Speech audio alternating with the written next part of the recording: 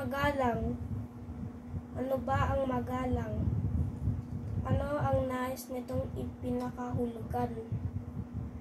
Ito ba ay pagsasabi lamang ng opo sa nakakatanda, gaya sa mga lola at lolo?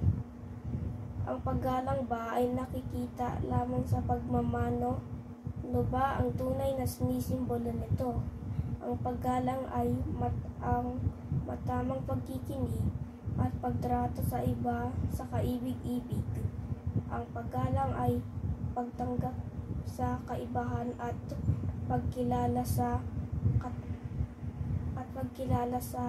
iba't ibang mga katangian. Ito ay pagsasabi rin ng salamat at palagi ang pagiging tapat. Ang paggalang ay ating kailangan sa ating buhay at sa paaralan. Dapat tayong maging magalang kahit sinong nilalang. Kaya sa tuwina ay ipakita ang paggalang, gawing masaya ang ating pamayanan.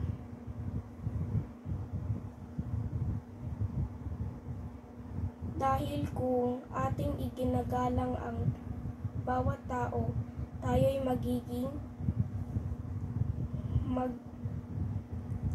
magniningning tulad ng mahalagang bato.